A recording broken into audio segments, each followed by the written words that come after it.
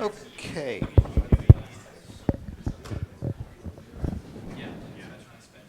So today we're pretty much going to wrap up the financing mix discussion. But I want to go back to where I left you on Monday, where we talked about this rational price. Okay? Let's back up. We were advising Disney to go out and borrow $39.5 billion and buy back stock, right? It's a big deal. And the question we're addressing is, if I'm going to do a buyback, at what price should I offer the people who are buying back? And I said a fair solution would be for everybody to get an equal share of the increase in value. I think the increase in value we came up with is 19.6 billion.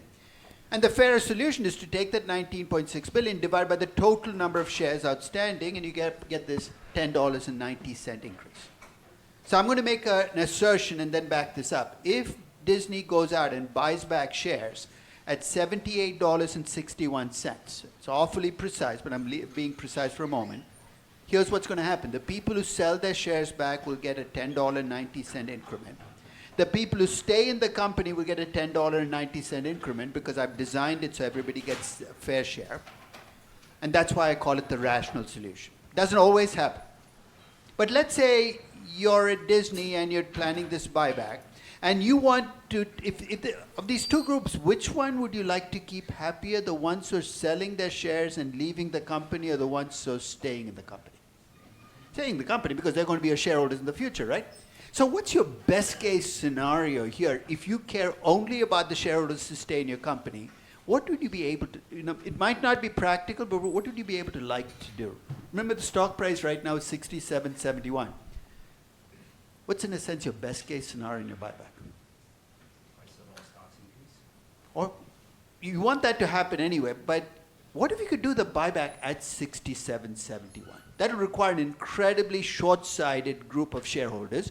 But actually, Disney had those shareholders in 2013. The Bass brothers, who these Texas-based group, had the big oil people, they had big share of Disney. They were a little, desperate for cash. They owned a big piece of Disney. What if you could approach one of them and say, you know what, we'll buy your share, because normally they take a discount trying to sell that big block. I know it takes a lot of, it might require a lot of luck, but if you could buy the shares back at 67.71, I want to figure out what will it do to the remaining shareholders. So I wanted to remember the 78.61. That's what your price would be if I bought back at the fair price. Now I'm going to try this experiment. What if I could buy the shares back at this much lower price because somebody wants to get rid of their shares? So here's the framework we're going to use to answer that. First, you've got to figure out how much you're going to buy back, which depends on how under-levered you are. In the case of Disney, that's a $39.5 billion. You divide that by the price at which you buy back the shares. That's the number of shares you remove from circulation. Your share count is going to drop by those shares. If you divide the value of equity you're going to have by those remaining shares, you're going to get the new share price after the buyback. So let's assume I can buy back the shares at 67.71. So 39.2 billion is the additional debt I'm taking to get to my optimal debt ratio. I take that debt, I buy back the shares at 67.71. I'm going to buy back, in this case, about 570 million shares. My share count is going to go from 1.8 billion down to 1.22 billion. So I've removed the shares from circulation. Remember, when you buy back shares in this process, you don't keep them as treasury stock. In fact, you're not allowed to do that in the US in the long term. It's almost like you're having a bonfire in the back of the company and you're removing those shares from circulation. If you look at what the company is going to be worth after they go to their optimal, we computed the new value of the company to be $153.5 billion. That's with the $19.6 billion additional increase in value from going to the optimal. You subtract out the new debt that you're going to have and add back the cash. The value of the equity you're going to have after the buyback is $102.3 billion. There's a point to all of this. If you divide the $102.3 billion by the remaining shares, the value that you get per share is $83.78. So remember, you were the shareholders who stayed in the company? Instead of getting the $78.61, which is what you were getting before, you are now getting $83. And why are you getting more? Because you got to keep the entire $19.6 billion for yourself. You're essentially sharing none of it with the people selling their shares back. So when you do a buyback at a price lower than that rational price, that's good for the remaining shareholders, bad for the people selling back. If you do a buyback at a price higher than your rational, you're actually tilting wealth away from your remaining shareholders to the ones who sell back. Yes, Ranjan? So does that mean like the stock, as soon as this deal is completed? Doesn't have to be complete. The minute it's announced. See, this is the thing about markets, right? Markets don't have to wait for deals to go through. That's why in an acquisition, when does the price of the target company jump? As soon as the announcement comes out. Because in a sense, it's the rational process playing through. So the question then you're asking is, why would those people buy back, sell their shares back? That's why you got to negotiate that deal before you announce it, because if you wait till after you announce it to go and try to do it, they're never going to do it.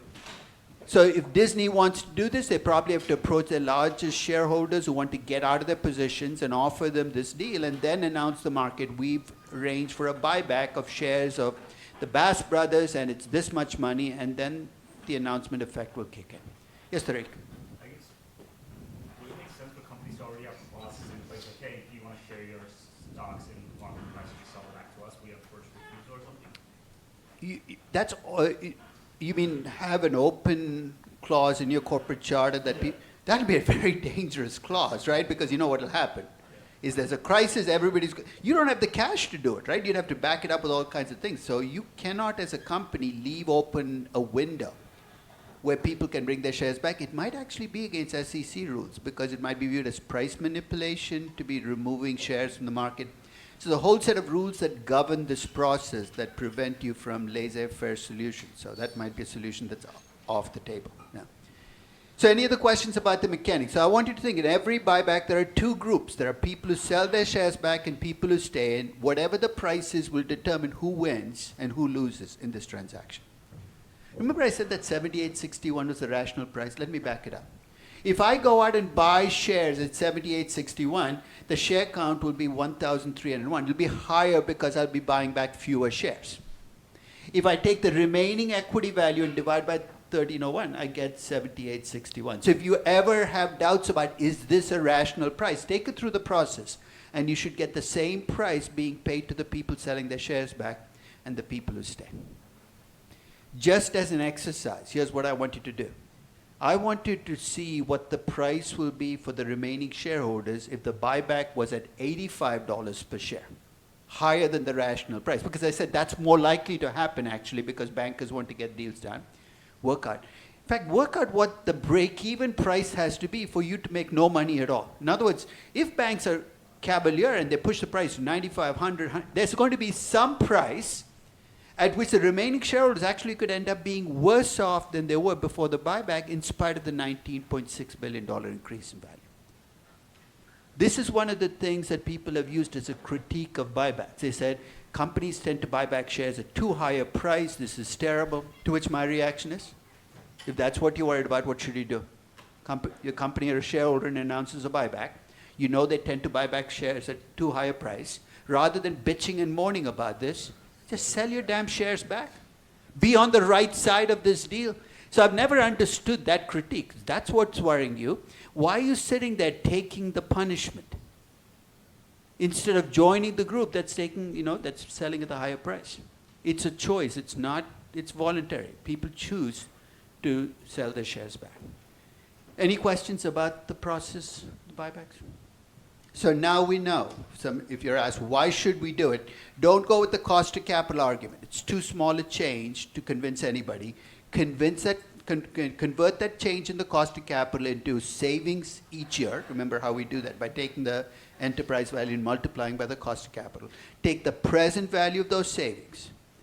And that difference is going to be why you should do it. And be very clear about where it's coming from. It's not coming from a greater business, better operations. It's coming from taking advantage of a tax code that is tilted in favor of debt. So the second question, you should be asked, if any sensible board asks, sometimes I forget to ask this question, what if something goes wrong? Why? Because you take a company that has 15 billion in debt and make it have 55 billion in debt. It might be able to afford that debt today, given its earnings power. But bad things can happen to companies. You can have a recession, you can have a lawsuit. And if your earnings drop, all of a sudden you're in trouble. So when somebody says, what if something goes wrong? The one response you should never give is nothing will go wrong. Something will go wrong, and it's your job when you make a judgment on how much should I borrow to bring that into your decision process. Now, what is going wrong here? I'll tell you the key number that's driving your optimal debt ratio. This is a process driven by how much money you make. The greater your operating income as a company, the more I'm going to allow you to borrow. So this isn't based on what do you have as assets, what's on your balance sheet. It's based on your capacity to service debt. So really, everything that can go wrong can be framed in terms of what can happen to my operating income in a bad year. In the case of Disney, how would I answer that question? Look at the past, right? What did a bad year look like? Why? Because a bad year for Con Ed is a 10% drop in operating income. A bad year for Dell can be a 50% drop in operating income. You can't have one number fits all. So here's what I did. I basically went back and collected the operating income every year from 1987 through 2013 and computed the percentage change each year. What's a bad year? A year in which my operating income drops. The standard deviation operating income is about 19%. That tells me how volatile it is. The more volatile your income, the higher that percentage. And the worst year I had during this period, I think, was 2000, the 29.5% drop. What happened in 2000, God only knows. I didn't even go dig. But to me, I'm getting perspective on what does a bad year look like for this company. You do the same table for Con Ed. I think their worst year is like an 8% drop in operating income. Earnings per share are going to be much more volatile because of leverage. Why? Because it's a regulated utility. It's not like people turn off the power entirely during a recession. There's not much variance. What does that mean? I'm less worried about Con Ed going to its optimal and bad things happening than I am when I'm looking at a technology company where a bad year can be a 50% drop in operating income. So when you have history, you can look at the history. And I also looked at how is Disney done during recessions? Why do I care? Because one of the big reasons operating income declines is because of a macroeconomic event. So I looked at 1981 through 82, that was the earliest recession I could trace the numbers through. They actually saw their operating income increase by 12% during that recession. That was an inflation-driven recession. That was the Paul Volcker recession.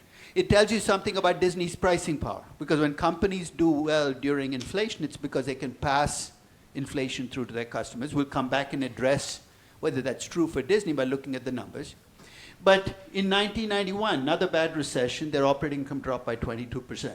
2002 dropped by 16%. 2009 dropped by 23%. Again, the numbers themselves are not the issue. You're getting a sense of what does a bad year look like. So looking at these numbers, I said, no, let's drop the operating income. Remember, the worst year they've had is a 29% drop, so I dropped it by 10%. Not much happened. The optimal stayed at 40. Dropped it by 20%. Not much happening. Still at 40%. 30% drop. Still at 40%. It's only if the operating income drops by more than 30% that you start to see an effect on the optimal debt ratio. I mean, when I do this analysis, I'm thinking about, if I'm in front of the Disney board and they say, what if something goes wrong? It's because they're worried about downside, right? You know how I'd use this table to say it's okay for you to go? I'd say, look, even if you have a bad year, you're still at a debt ratio that I've suggested for you as your optimal. In contrast, if a 10% drop in operating income dropped my optimal to 20%, I'm going to probably go along with them and say, you're right, you shouldn't be borrowing money. You're very sensitive to small changes in operating income. So when you look at your company, you're going to get an optimal with your existing operating income. Just as a word, if drop it by 5, 10%, it's going to give you a sense of how sensitive your optimal is. And that should play a role in whether you go to that optimal or hold back, maybe go to a lesser number. Now, the other way you worry about, yeah, go ahead, Chan. So if we have already borrowed at, say, like the optimal debt ratio for 40%, right? Mm-hmm. And it drops to, say, 20%, does that mean like we repay? You don't have to, right? Because in a sense, you have enough income to. See, the reason I say it's okay is, remember I computed your interest coverage ratio? You have enough buffer in there that a 20% drop in your operating income is not doing things to the interest coverage ratio that are bad enough that you go, your rating might drop from AA to single A. It's not dropping to single double B. That's what the downside risk is capturing, is how close are you to the edge, that if you get a shock to the system, you don't go over the edge. In this case, you're far enough away from the edge as Disney to be able to borrow 40% and not put yourself at risk of catastrophe if something happens. No. Yes? Just a follow-up. What factor will impact the earning and outcome, like the How much the optimal drops? of the- It depends on, when you got the interest coverage ratio, whether you were in the middle of the, so when I computed the optimal debt ratio for Disney at 40%, it's a question of whether I was at the closer to the lower end of that range for my rating to change. So the closer you're to the bottom of the range, a small tip will put you into the next one, and then you spin out of control. And that's why I described cost of capital, not as a U shape, but you get this flat line, and then you get that. You're avoiding the inflection point, right, as much as you can. Now, the other way people try to build in buffers, and it's sensible to build in buffers, is when I told you Disney's optimal was 40%, I said it's because their cost of capital was minimized, right? I never mentioned what their rating would be at 40%. This isn't the case, but what if their rating were double B at a 40% debt ratio? Remember, your optimal, your lowest cost of capital can be, I didn't constrain myself. Would you be okay with that double B rating? What's the magic? Why did I pick a double B rating? It's below investment grade, and I'm asking, would you be okay if your lowest cost of capital is if you are, and most companies would say, not really. So what's this magic about an investment grade? Why do we worry about, are you investment grade and above? What happens when you fall below investment grade? There are some bond funds that can't invest in you, so you worry about your market shrinking, your price being affected. What else? There's a news story the day you drop below investment grade, right? There's a Wall Street Journal story that says XY, Disney drops to double B. Who's reading it? Everybody. Like who? Your suppliers, your customers. In the case of Disney, remember those indirect bankruptcy costs we talked about? It might not be a great big deal for Disney, but if this happened at Boeing, you drop to double B, all of a sudden you get this call from Singapore Airlines saying that 25-year contract we signed last week, null and void. Because we're not doing it with the double B. It triggers that meltdown of indirect bankruptcy costs we talked about. So there's a good reason for it.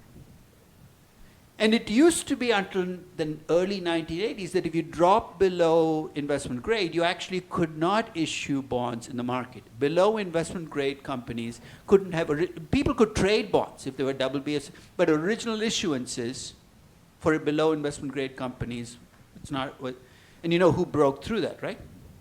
Mike Milken, that was the Drexel-Burnham revolution, was the opening up of original issuance to below, but it's still more difficult. The issuance costs are higher. So there's good reasons for an investment grade rating. So when a company says, look, we want the lowest cost of capital, but subject to a constraint that the rating be at least triple B, I'm okay with that.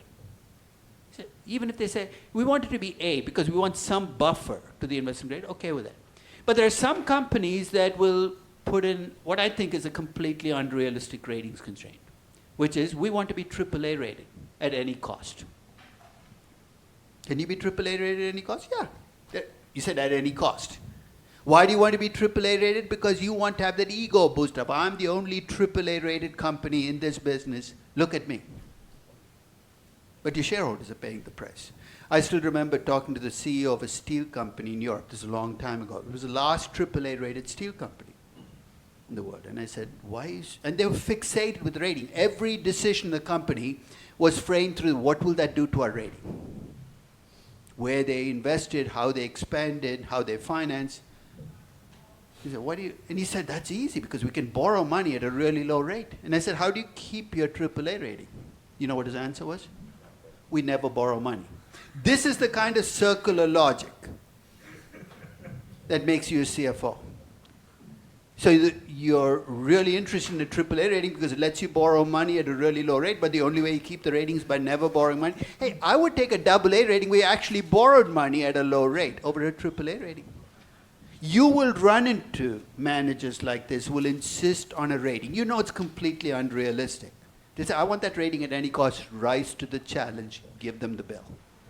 I'm going to explain to you how you give them the bill. But when somebody puts a rating constraint, estimate how much it will cost in value and tell them who's paying the price. The shareholders are basically giving up this many $1 billion so you can have this ego boost of, I'm the only AAA rated company in this sector. So I'm going to try this on Disney. I'm going to fill in the details. At the optimum of 40%, Disney's synthetic rating is single A. I think that's good enough. But let's say Disney's managers came back and said, we want a AA rating. That's our constraint.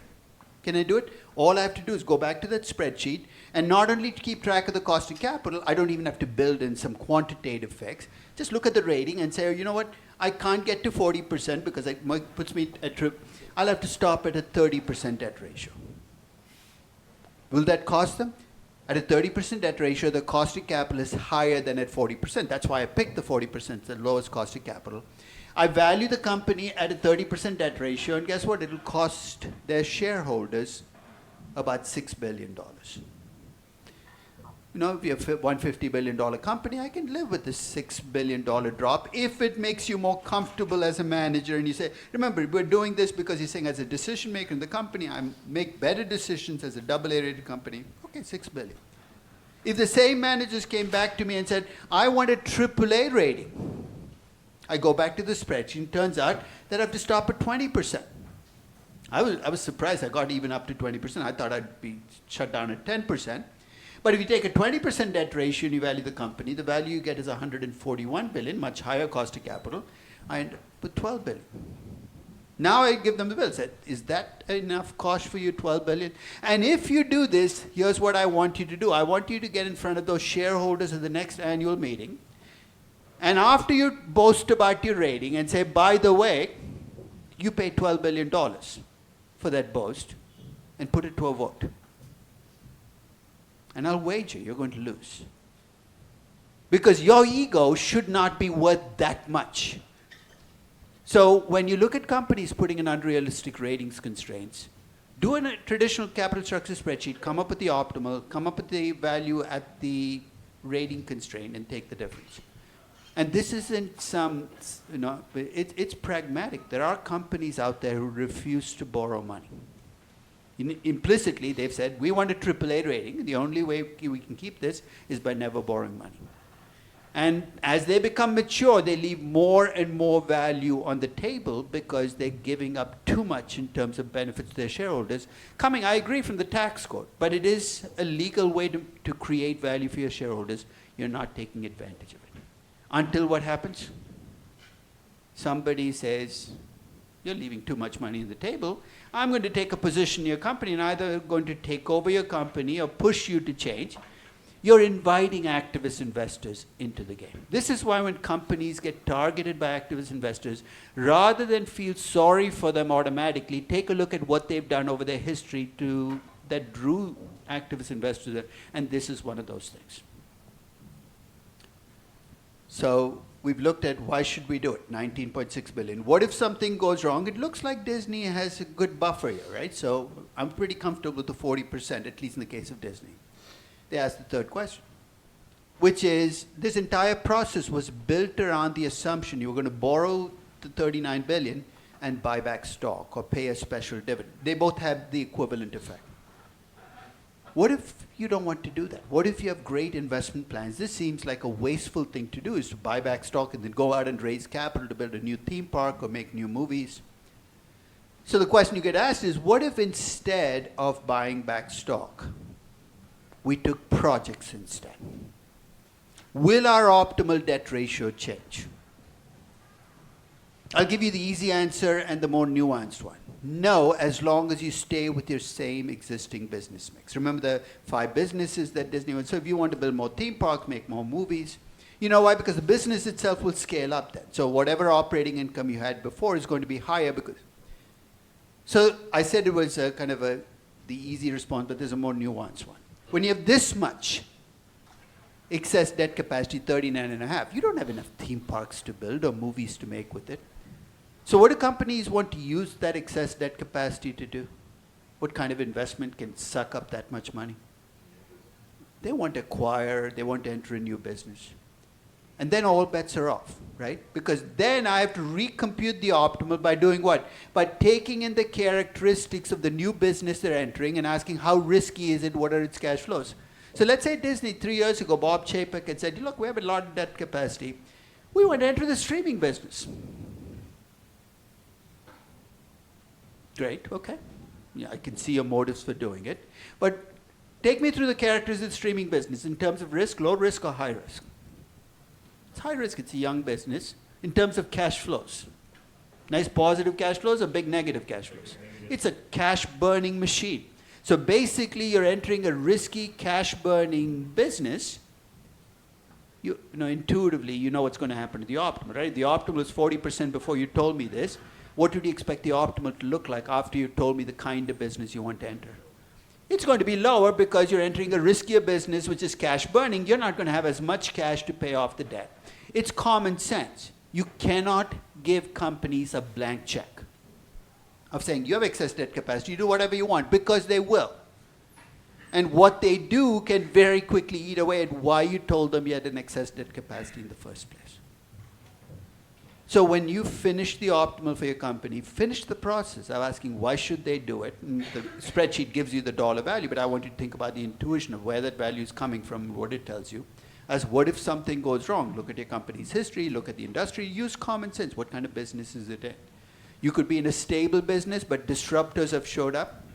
That could be a factor in saying, you know what, I could borrow a lot, but I'm not going to do it right now because the business is changing.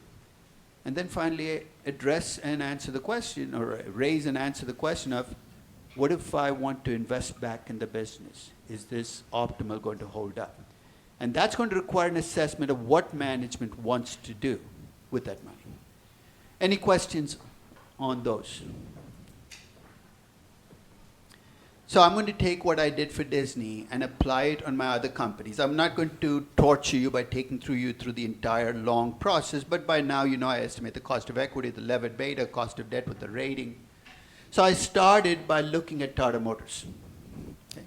So if you look at Tata Motors, I've done exactly what I did for Disney. I used the same spreadsheet, incidentally. And if you look at the second to last column, you have the cost of capital. So what's the optimal debt ratio for Tata Motors? You go down, it looks like about 20% debt. Why is it lower? Country risk, it turns out, pushes down optimal debt ratios because it affects your cost of debt, your cost of equity. In general, it pushes up the volatility of the company. So I'm not surprised, 20%. They were actually at about a 29% debt ratio. So unlike Disney, they're on this other side of the transaction. I'm not going to freak out. They're not on the verge of distress, but clearly they have too much debt. So when I finished this analysis, I said, that's interesting. They've borrowed too much money. So I took a look at the other. Remember, this is part of a family group of companies. So I looked at Tata Steel, over-levered. Tata Chemicals, over-levered. And then I looked at Tata Consulting Services, which is their crown jewel. It's about 60% of the value of the family group comes from this company, and there are no debt. And I'm going to make, and I can't prove this, but I'm going to make a statement that I think you need to think about with family groups. Which is, in my view, here's what I think is happening. Tata Motors, Tata Steel, Tata Chemicals are borrowing, in a sense, against Tata Consulting Services debt capacity. You think that makes no sense. They're independent companies. You're a banker in Mumbai. Tata Motors comes to borrow money from you. Do you think about the family group behind the company as well when you lend money? Yeah, you realize that the family group is not going to let Tata Motors go under. It is implicit. It's not an explicit part of your contract. It's a very dangerous thing for lenders to do. It's like the money lender in Genoa in the 1400s and this wastrel son of a very wealthy nobleman comes into your, I want to borrow money. This guy's incapable of, but you lend him the money anyway because you know his father will back it up. In a sense, that's what you're doing here, is you're lending money to a family group company because you think the family group will back it up. Could it blow up in your face? Absolutely. There's a classic example from the UAE, where Dubai ports went and borrowed money, and they borrowed money. If you take the UAE, the money bags are with Abu Dhabi. That's the oil-rich part of the UAE. So Dubai Ports was borrowing money. They were borrowing way too much. And you know what the bankers were implicitly assuming? If Dubai Ports gets into trouble, Abu Dhabi will come in and back up the debt. So Dubai Ports gets into trouble. The bankers look towards Abu Dhabi, and Abu Dhabi says, why are you looking at us? We're not in the contract.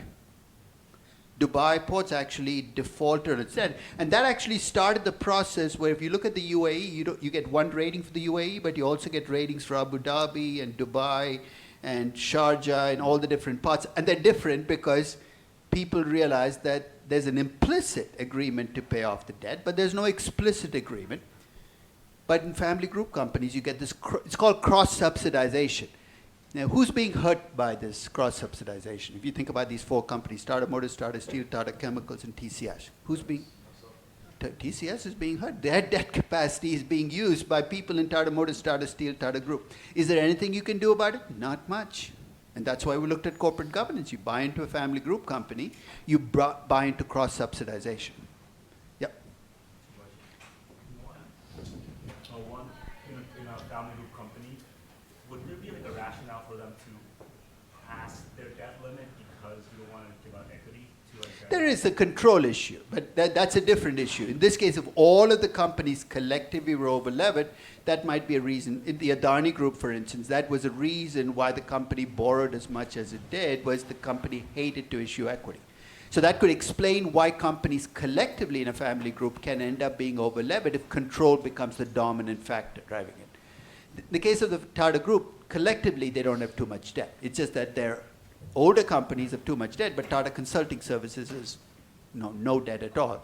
So at least collectively, I think it's not control as much as, it's a cross-subsidization. would the debt be more in the lower of the pyramid or the higher of the pyramid? It depends, right? It depends on what you're borrowing against. If it's physical assets, often the debt is against the physical assets. So rather than secured or unsecured debt against a company, it's debt against an asset. So it'll vary depending on the business you're looking at.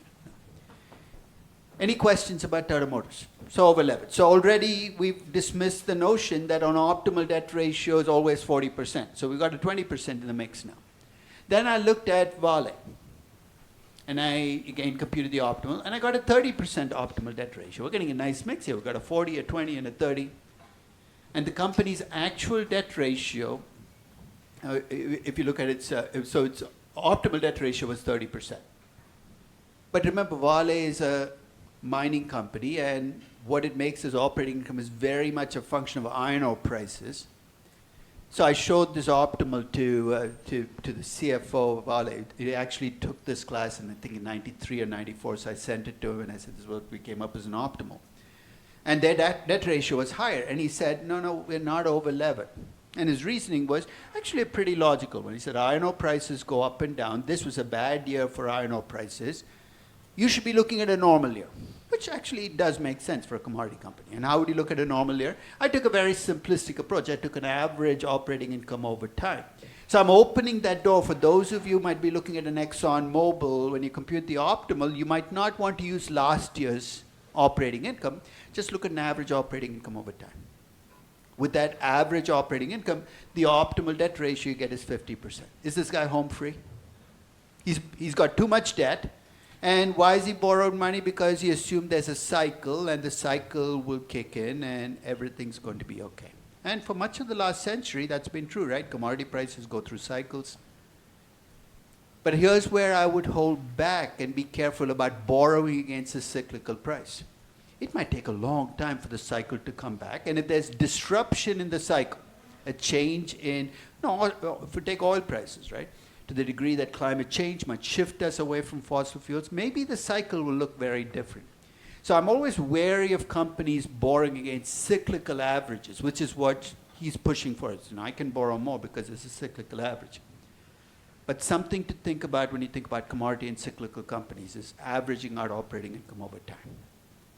So 40% optimal for Disney, 20% for Tata Motors, 30% for Vale with their existing operating income, but 50% if you use an average operating income.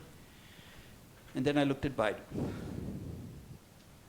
Optimal debt ratio is 10%. And it's barely different from a 0% debt ratio. You're saying, that's weird. They make a lot of money. How come their optimal debt ratio is low? Baidu is a growth company, right? So when you look at a growth company, its market cap is going to reflect growth assets. Remember, this is debt ratios as a percentage of market value, not book value. So when you have a high growth company, the market value is so high that getting to a 10% debt ratio sounds low, right? But if you take a company like Apple, and I say, why don't they go to a 20% debt ratio? I remember Carl Icahn saying, 20% debt ratios, companies use it.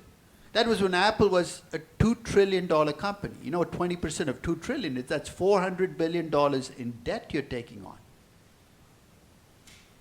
That's a lot of debt, right, in dollar terms. So what you're getting here is the growth, and in general, you'll find this to be true. The optimal debt rate, so those of you working with high growth companies, don't be surprised to see low optimal debt ratios coming about because so much of the value comes from future growth.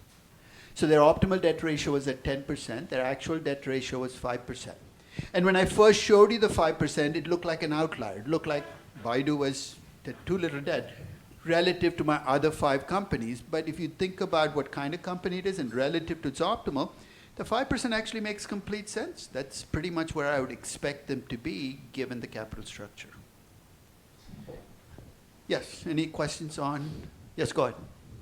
What if you have a cyclical process that's a little more predictable, like seasonal variations? Yeah, seasonal doesn't bother me because it's going to work out. I use annual numbers, so seasonal is almost never an issue. It's more of an issue of when you take working capital debt. So seasonal issues don't bother me, but are there any other predictable cyclical things you can think about? Maybe bumps for like political spikes every 4 years. Every time you have an election, but the spikes. I'll tell you when you can get predictable spikes. If you have a small movie company that releases one movie or one game every 3 or 4 years, you do get predictable spikes there because Lionsgate makes a Hunger Games movie, then does nothing for the next 2 years, it makes another. There, it clearly makes sense to smooth things out because that's a very predictable cycle that they go through. So if you're doing a smaller company with a single product, a gaming or a movie company, then I think it definitely makes sense to average things out. You'd never want to use the most recent year because you can overstate the debt ratio if it's a year in which they produced their most recent movie, or understate it if it was a year without. Finally, I decided to do the optimal debt ratio for Bookscape. Remember the private independent bookstore? And I ran into a problem right at the start of the process. If you remember how I started the Disney optimal capital structure analysis, I started by taking the market cap of Disney and adding it to debt because that gave me the starting point, because that's what I needed to figure out how much debt would I need to get to 10%, 20%, 30%. And already you can see why that's going to be an issue when I do Bookscape, right? There's no market cap. I can use book equity, but book equity is meaningless for a public company. It's even less meaningful for a private company because God only knows what tax issues led them to capitalize things. So I would like a market cap. I don't have it. So I'm going to cheat for the moment. I'm going to estimate what the market cap for Bookscape would be. I'm not going, as I said, I don't want to value it. Here's a quick and dirty way to estimate it. I took the net income that Bookscape had, and I looked at the PE ratio for book. I know it's incredibly back of the envelope, but you multiply. I just want a starting number, a rough sense of what is the market value of equity. I used that as my market value of equity. So that allowed me to get started. And once I had that, I could do everything else the way I did for Disney. I came up with an optimal debt ratio here. In this case, the optimal debt ratio works out to about 30% debt, because everything else still works, but I did use the total beta for my cost of equity. So I'm staying within the rubric that I used to compute the cost of capital for a private company, but I'm using exactly the same process, which is I still want the lowest cost of capital I can. And I ended up with a 30% debt ratio. If you capitalize their leases, which are their big debt, their debt ratio is about 27.8%. So I have a couple of companies in my group that are pretty close to optimal, Baidu and Bookscape. I have Disney being under-levered, I have Tata Motors being mildly over-levered, and Vale being in the middle, depending on whether you thought the cycle was kicking in or the cycle would never come back. We're going to talk about what to do with that conclusion, but you can already see it play out. So I'm going to do a little tangent here because until 2017, as I said, the US had the highest marginal tax rate in the world. It had the most dysfunctional tax code in the world because it's the highest marginal tax rate, but about the same effective tax rate as the rest of the world. Reason being that income from abroad would not get taxed till it was brought back to the US, all kinds of strange things. So it needed fixing. Everybody agreed it needed fixing. Whether the 2017 fix was the right fix or not, we can debate. But the 2017 tax fix changed corporate tax law more significantly than any of the previous tax reforms. First, it brought the marginal tax rate down to 21% from 35%. The federal corporate tax rate was 35, was brought down to 21. And it accompanied it with other constraints on debt as a tax saving. It constrained interest expenses to be 30% of EBITDA. So in other words, your interest expense, if they got above 30%, you could no longer get the tax deduction. This year, actually, it becomes 30% of EBIT. It's going to be interesting to see, because that's a much tighter constraint, right? 30% of EBIT means it's even less interest expense that's going to be tax deductible. I don't think companies have thought through what this even means. My spreadsheet is still built on the 30% of EBITDA. I have to go change it before you guys, if you guys decide to use that constraint. But basically, both things are pushing down the tax benefits of debt. So if I took Disney in 2018 after the tax law passed, and I computed the optimal debt ratio. Remember in my spreadsheet, the tax rate is an input, so I changed that from 35 to 21, and I put in this tax constraint on how much you can deduct. The orange line was what I got as my optimal debt ratio for Disney with the old tax code. Remember, everything else about Disney stays the same. I replaced with a new tax code. The gray is the new tax code. I'll give you the good news first. The optimal debt ratio did not change, but at every level of debt, if you compare what I had as my value for Disney under the old tax code and the value under the new tax code, the value is much lower.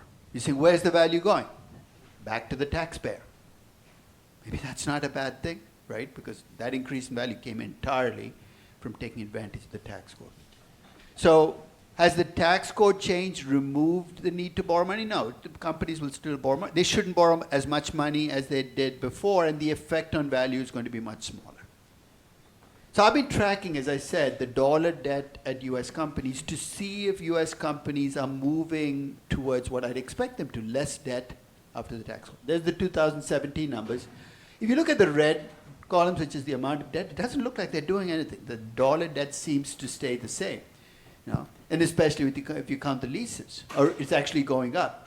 But if you look at it as a multiple of EBITDA, the higher that number, more debt you have. US companies collectively have less debt as a multiple of EBITDA than they did 2 years ago. It's a small movement, you're not seeing enough, but it doesn't surprise me, because remember we talked about inertia, how companies are settled in their ways. It might take a decade for companies to wake up and say, oh my God, the tax code changed. It happened in 2017. You're recognizing it in 2027. Finally, you come to that. By then, there'll be a new tax code. That's a problem, is every 10 years, by the time you wake up and say there's a new tax code, you're reacting to the old one. But you can see that tax advantages can change over time as the tax code changes. Any questions on tax codes? So if you're from part of the world and you think about some quirks in your tax code that can affect leverage, you've got to bring it into the process. I'll tell you one quirk, and I think it's I think Chile has it, UK, Australia, where the tax, I told you equity doesn't provide a tax benefit. In the UK and Australia, equity provides a tax benefit. The way it shows up is stockholders are allowed, when they receive dividends, are allowed to offset what they have paid in dividends by the taxes the company has already paid. So it effectively makes dividends almost tax-free to shareholders. In Chile, I think it cuts in the opposite direction, which is they tax you more on, it's some stupid law. I mean, I looked at it and said, who writes this stuff?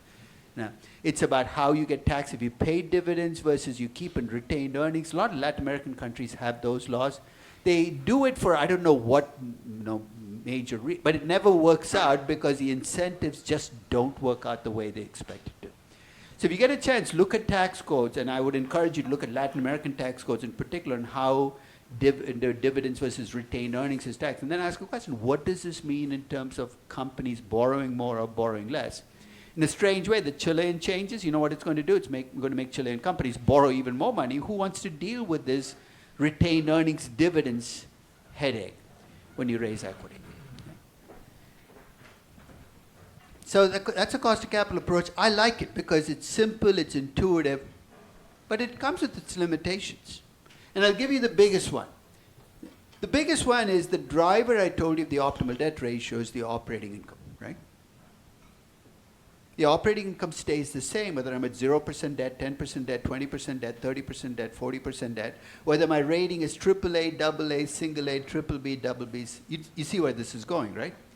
What do indirect bankruptcy costs do? People stop buying your product, your costs get... So the essence of indirect bankruptcy costs is your operating income can actually be affected by how much you borrow because it can have blowback effects on your operations. That's a big issue. It's a fixable issue, but it's an implicit assumption, the traditional cost of capital approach.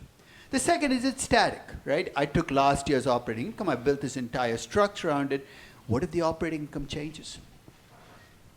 And third, and this is kind of a lesser issue, though some people make a big deal about this, but when you lever betas using that equation I gave you for the leverage, you are implicitly assuming that all of the market risk in this company is borne by just the equity investors.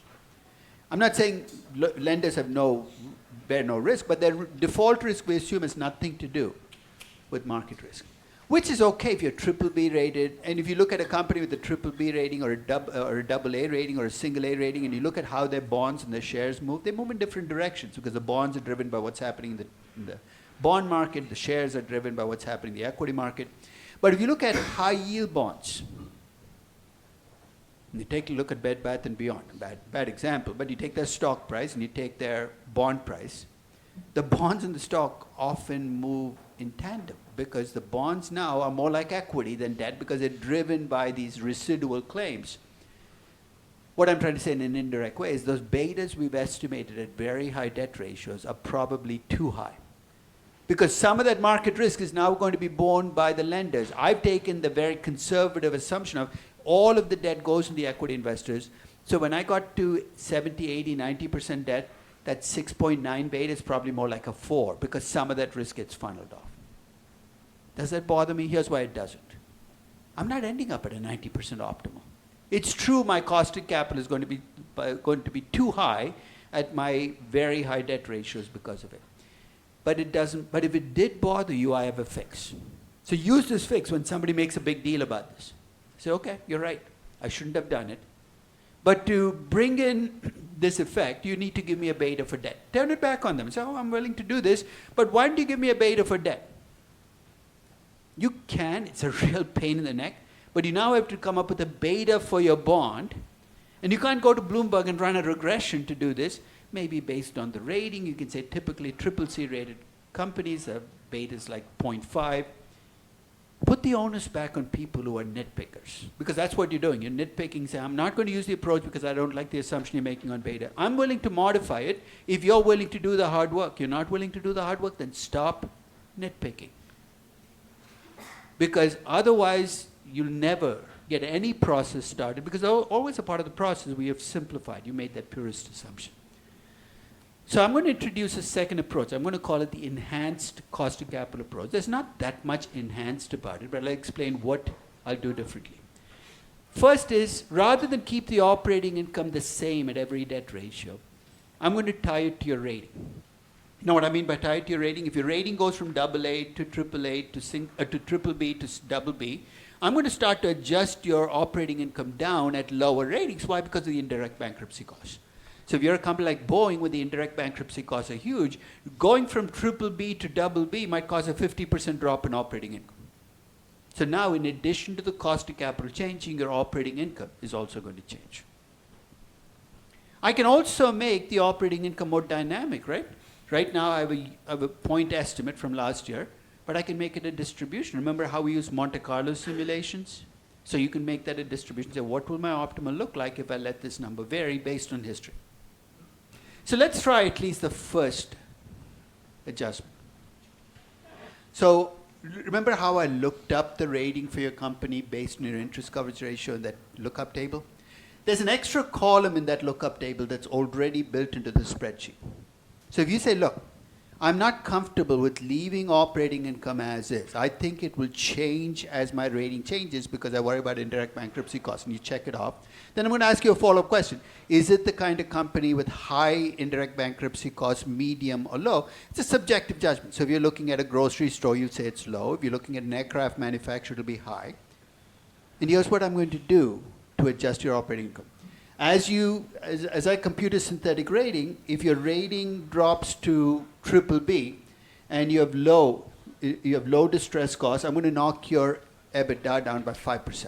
Why? Because there's some loss even for low, but it's going to be much higher if you have 10. So basically you see 5, 10, 15. Basically, the more I worry about indirect bankruptcy costs, the bigger the impact will be of a drop in the rating. I mean, mechanically, here's what I'm doing. I'm changing your cost of capital as your debt ratio increases. And if your debt ratio lowers the cost of capital, I'm saying that's good. But I'm saying, wait.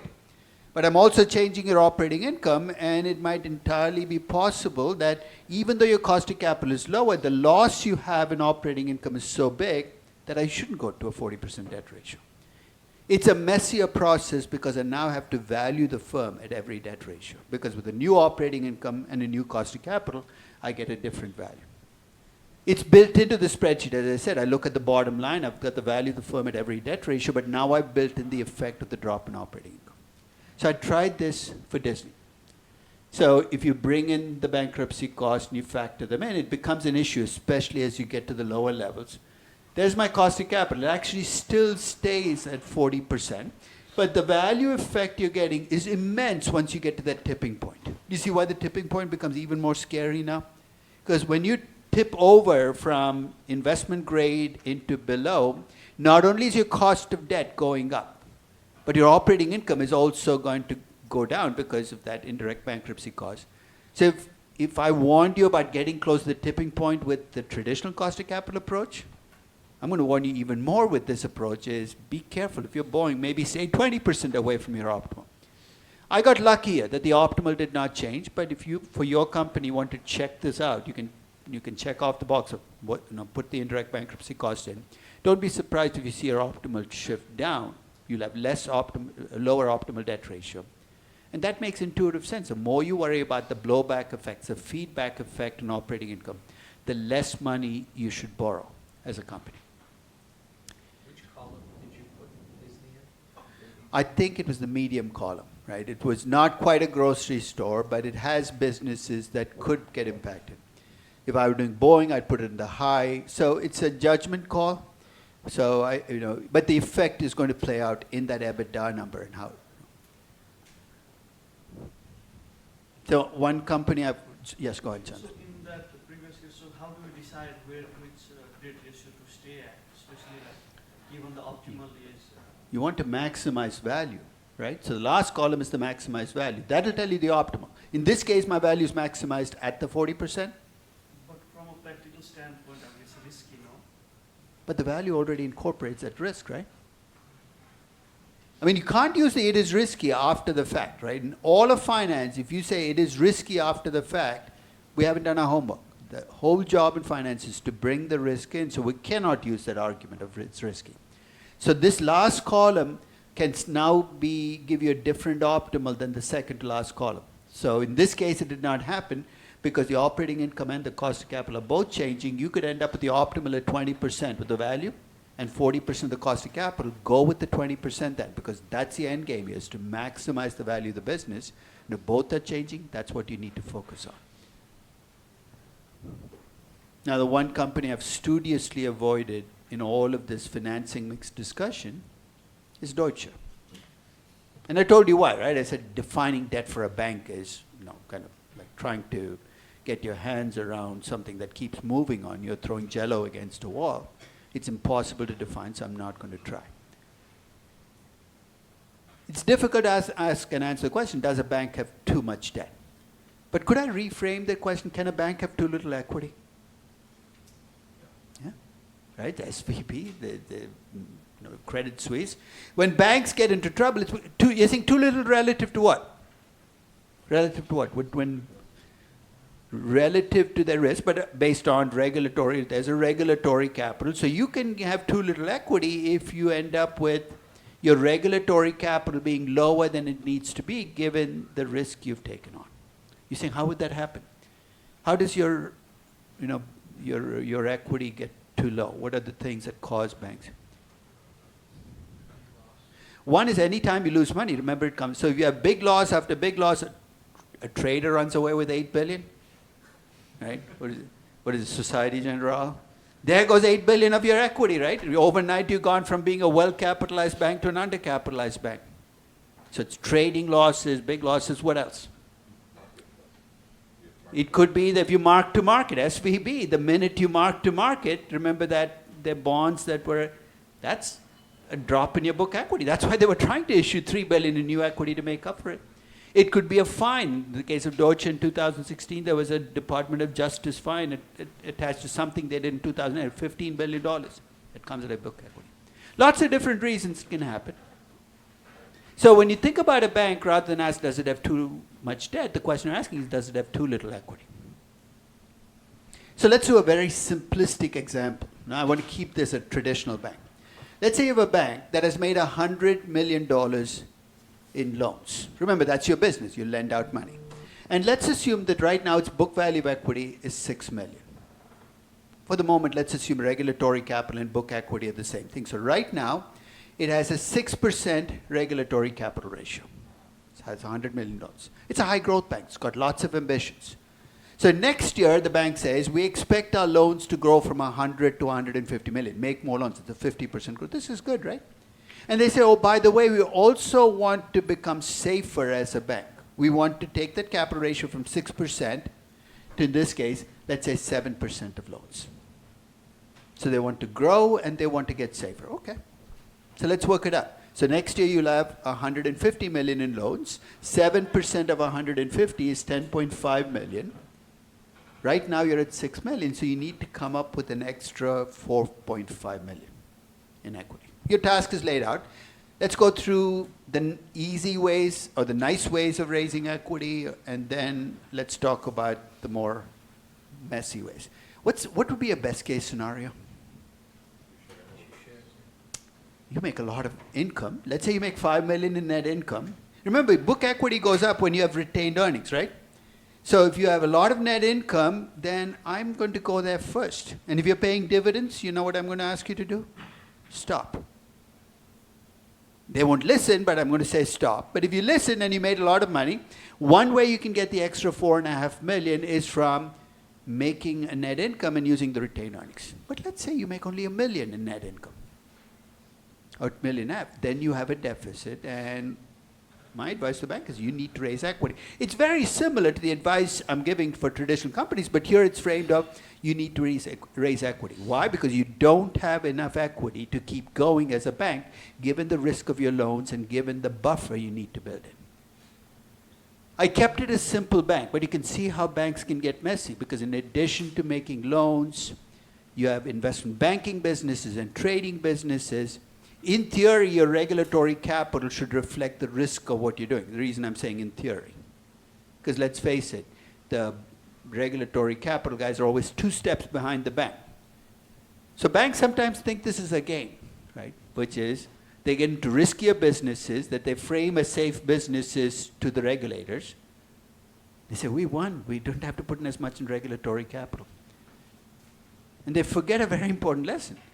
This is not a game. The reason banks have this capital base is to cover their downside. The Rothschilds ran banks for 600 years in Europe without a regulatory capital ratio. You know how they did it? By setting aside the equivalent of a regulatory capital to cover the losses they make in risky businesses.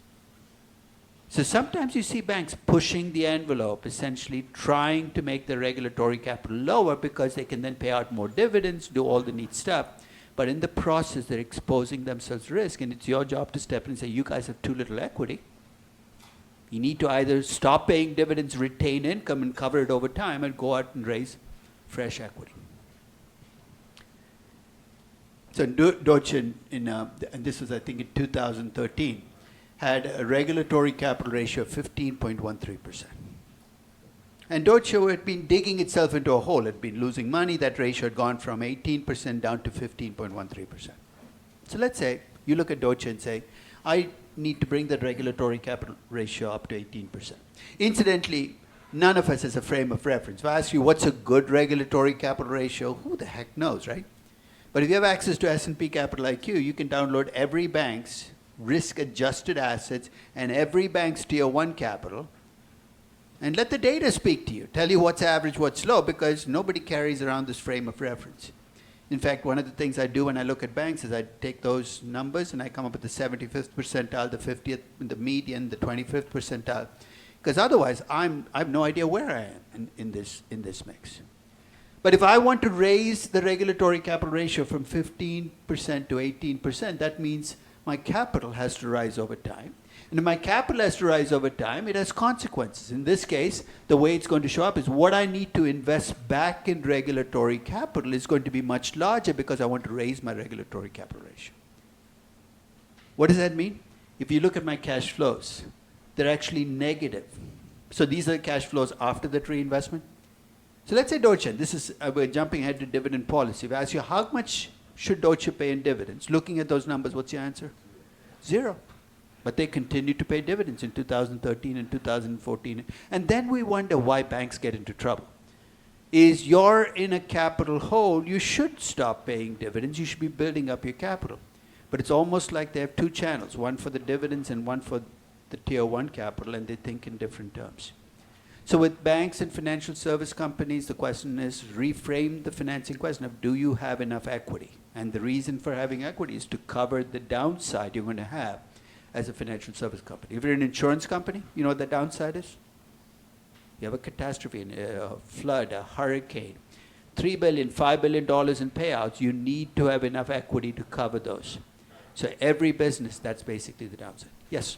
If you access 81 bonds at a cost that ends up being lower than your cost of equity, wouldn't it be reasonable to take out that debt instead of... To meet the regulatory capital requirements, because I think the point that's being raised is, I would like it if all of regulatory capital is defined in terms of book equity. I think it's much healthier. But over time, what the regulatory authorities have done is they've created classes of securities that we treated like equity.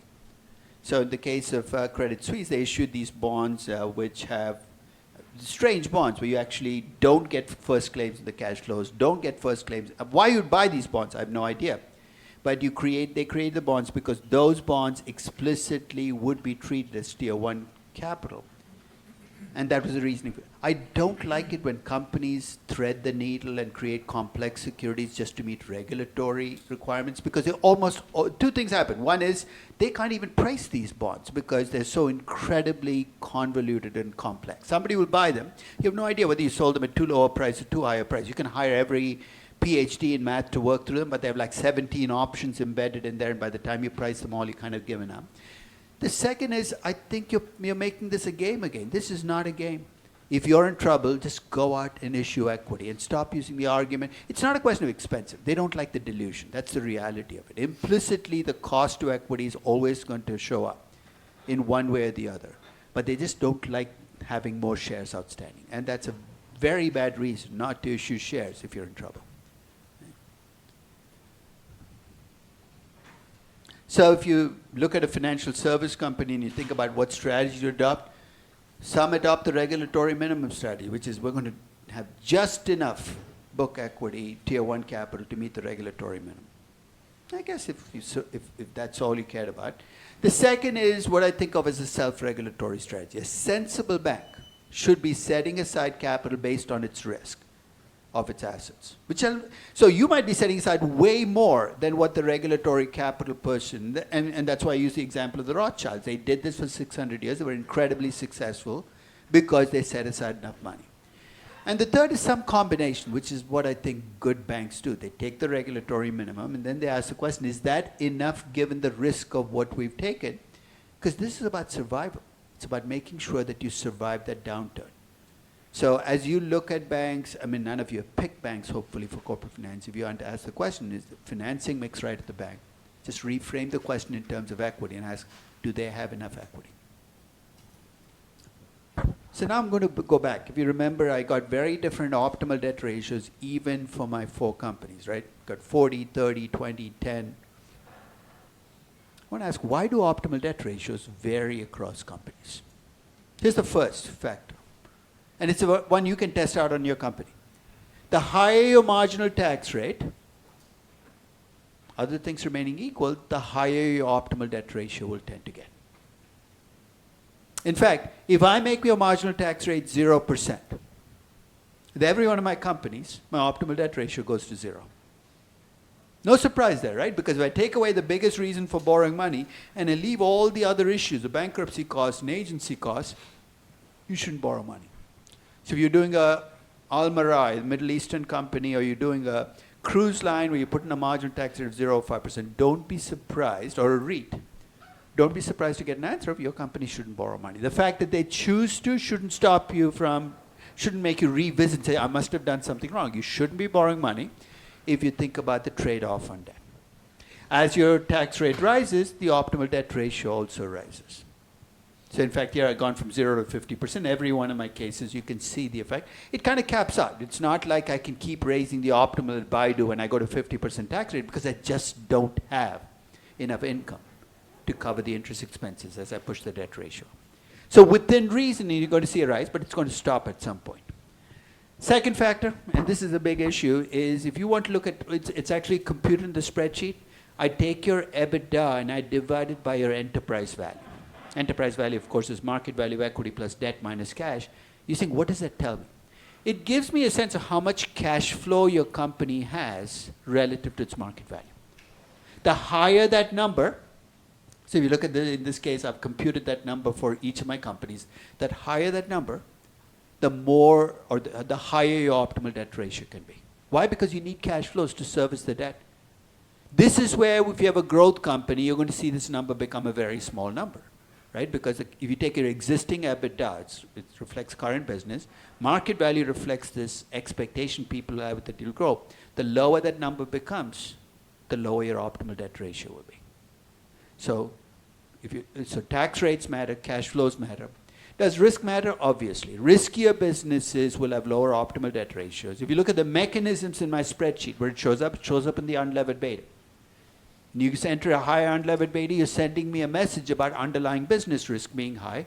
That then gets levered up. You're going to have a much bigger impact of debt if you have a high unlevered beta as opposed to low unlevered beta. I think Door's company, as yesterday you showed me, Michelin, unlevered beta of 0.28. You can afford to borrow to 40, 50, 60% debt. That the effect on the beta is much lower.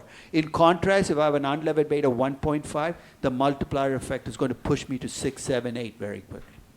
It's also going to show up in the rating you give them at any interest coverage ratio, right? So small, large, risky, safe, you're going to see the effect play out as a higher cost of debt. So riskier companies will have lower optimal debt ratios. So tax rates matter, cash flows matter. Whether you're risky or safe in terms of your underlying business matters. There's a fourth factor, and this is the only macro factor that I track. So you go out and raise equity. There's a price of risk in the equity market, right? What do we call it? We call it the equity risk premium. You go and borrow money, there's a price of risk in the bond market. We call it default spread. Most of the time, the two move together. So when one becomes high, the other also becomes high. So after a crisis, you're saying, what do I use? Both your cost of equity and your cost of debt would have been high.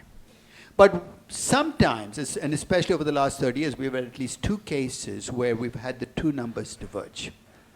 We take so this is a graph of equity risk premiums over the last, from 1960 to 22, that's a red line.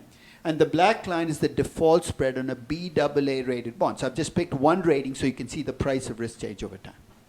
Let's take the 1990s, right? The 1990s, this is the dot-com boom. The equity risk premium slid down, and in fact, it got down to as low as 2% by the end of 1999. So the price of risk in the equity market is dropping. But default spreads actually stayed pretty stable. So in 1999, the default spread on a BBB rated bond, a pretty safe investment grade bond, was roughly the same as the equity risk premium. So let's say you're the CFO of a company, it's 1999. You're asking, should I issue equity or should I borrow money?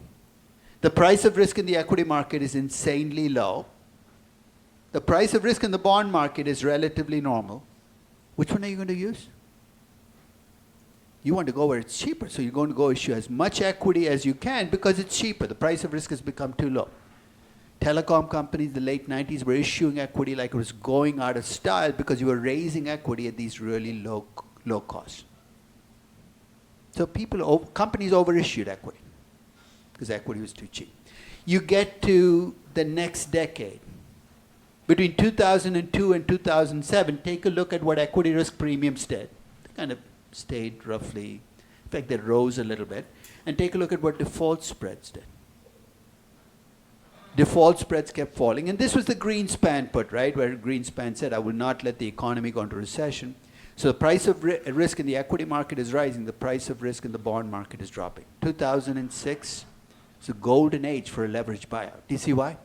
You're borrowing money at these really low rates, and you're buying stock at relatively low price, the price of risk. I mean, this, of course, was the trigger for the 2008 crisis. It was the first, I describe it as the first crisis where you could blame the bond market for the crisis because people were charging too little for default risk in the bond market. And if you look at everything from subprime to housing, that was at the heart of the problem. When that blew up, it took every market down with it. But it means in 2006 and 2000, you'd be over-issuing debt because debt looks too cheap, the price of. So one reason I track equity risk premiums and default spreads in the same graph is I want to make sure if I'm entering a period like that, that I'm ready for what's coming because it's predictable. So that's the only macro factor. Right now, I think the equity risk premium is about 5.5%. The default spreads are about 2%. So it's close to historic norms, nothing unusual, but that could change. So keep your eyes on those two numbers because it's going to give you a sense, at least as a CFO or as a company, which one you should use. Any questions on those macro variables? So I sent you the spreadsheet link. I know none of you have used it. Has anybody tried it out? No, I think Dor tried it out. No. Yeah. And how much time did it take you to put in the inputs? Yeah. It's like it's 9 inputs, most of which you should already have, assuming you've done other stuff before this. Like what's your unlevered beta? So it's a very simple, and it's actually an input that's going to violate the story about the ant and the grasshopper. There's a story about the ant and the grasshopper. The ant's hardworking, the grasshopper's dancing. There are other versions of the story. So it's and the ant works, and then of course hard times come. The grasshopper has no food to eat. He goes to the ant and he says, "Look, I have no food." And the ant says, "What were you doing in the good times?" And the grasshopper says, "I was partying and dancing." And the moral of the story is the ant says, "Go starve to death. It's your problem." It's a very morbid story. So the lesson of the story is people who put in the work should get rewarded. I'm going to violate that lesson. Those of you who have not done an ounce of work on the story, if you use the capital structure spreadsheet, it'll actually catch you up on all of the other stuff. Remember the cost of equity, the cost of capital, it's all embedded in there. So if nothing else, doing the spreadsheet will let you get caught up. So it'll give, and then you can boast about this with the other teammates who have actually been working 2 hours a week, every week for the last 7 weeks. I did it in 20 minutes. But no, go for it. I mean, I'd like you to get caught up. So if you get a chance, try the spreadsheet. It'll give you the optimal debt ratio. It'll also give you the change in value from going to the, in fact, you'll see everything I did for my companies, you should see for yours. But then I want you to think about why is my company's optimal debt ratio what it is. Now, I'm going to give away what the final project is. The project is not you telling me the optimal debt ratio is 30%, because my reaction is I gave you the spreadsheet that gave you the 30%. Telling me it's 30% tells me nothing. I want you to tell me why your company. So you have 5 companies in your group, and you get 30% for one, 0% for another, 50%. And that's why I suggested you pick diverse companies, because then you'll get diverse optimals. You can talk about why you get higher optimals for some and lower optimals for others. And the answers are going to be either in the tax rate or in the cash flows. I want you to think about the why rather than the what. The what's simple. AI at some point will do the entire number crunching on your corporate finance spreadsheet. But AI can't do the why, and that's what I want you to think about. Why is my optimal?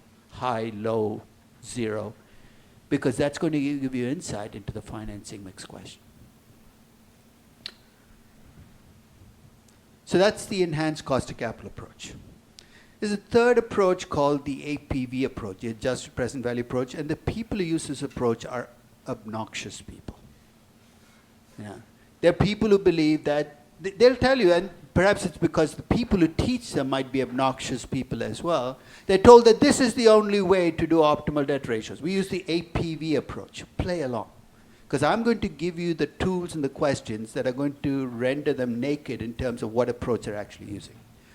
So the APV approach, here's how you approach the optimal debt ratio. You start by estimating what the value of your business would be if it had no debt. It's called an unlevered firm value. And I'll give you a couple of ways you can get there.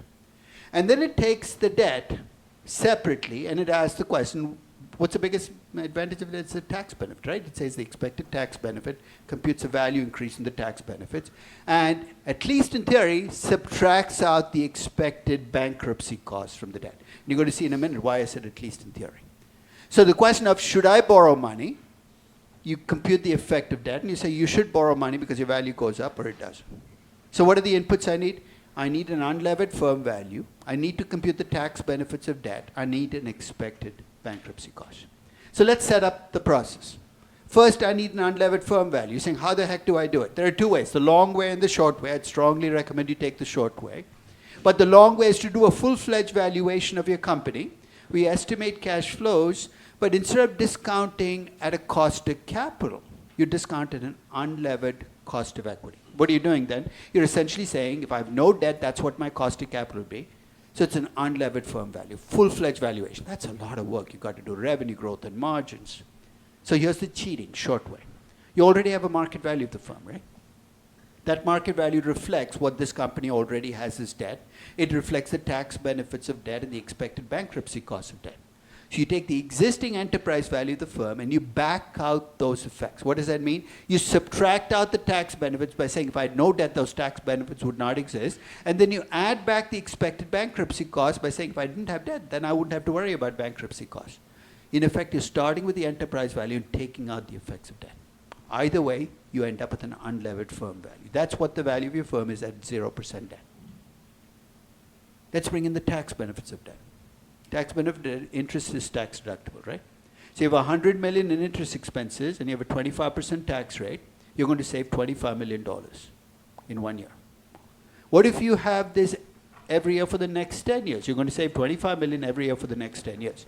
What if you have a firm that essentially has decided to use 100 million debt as long as it continues to perform? You're going to save 25 million every year in perpetuity. The present value of perpetuity. You take the 25 million, you divide it by the cost of debt here because it's the same risk as debt. You're going to come up with the present value. The tax benefits of debt, very simple. In fact, in the simplest form, you can just take your dollar debt and multiply by your tax rate because the present value is going to converge on that number. So you borrow 100 million, you have a 25% tax rate, your present value of tax benefits over the life of the debt is going to be roughly 25 million. So the unlevered firm value is not a big deal. Getting the tax benefits of debt is not a big deal. Then you turn to expected bankruptcy costs. What are the two numbers I need? I need a probability of bankruptcy. Maybe I can do a dance and give you that number.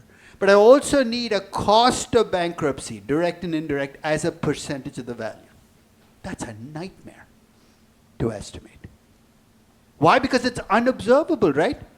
So if you lose revenues, you can't see what you've lost. You just report lower revenues. So you know what APV people do? They do step one. They do step two. They get to step three and they start waving their hands and say, too difficult to do, we're going to ignore it. So the APV in practice, here's what ends up happening. You take the unlevered firm value, you add the tax benefits of debt, and you ignore the expected bankruptcy costs. Tell me what's going to happen. I count the good stuff from debt, I don't count the bad stuff. So I go to 10% debt, my value goes up. I go to 20% debt, the value goes up even more. Now do you see why LBO people like APVs? Because 90% debt, it's going to increase. Of course it's going to increase your value, dummy, because you forgot to subtract out the biggest problem with debt, which is the expected bankruptcy cost. Have that weapon ready. The next time that University of Chicago is the one that APV is the religion, shows up and says, I use only APV. Say, go along. Say, okay, tell me how you get the unlevered firm value.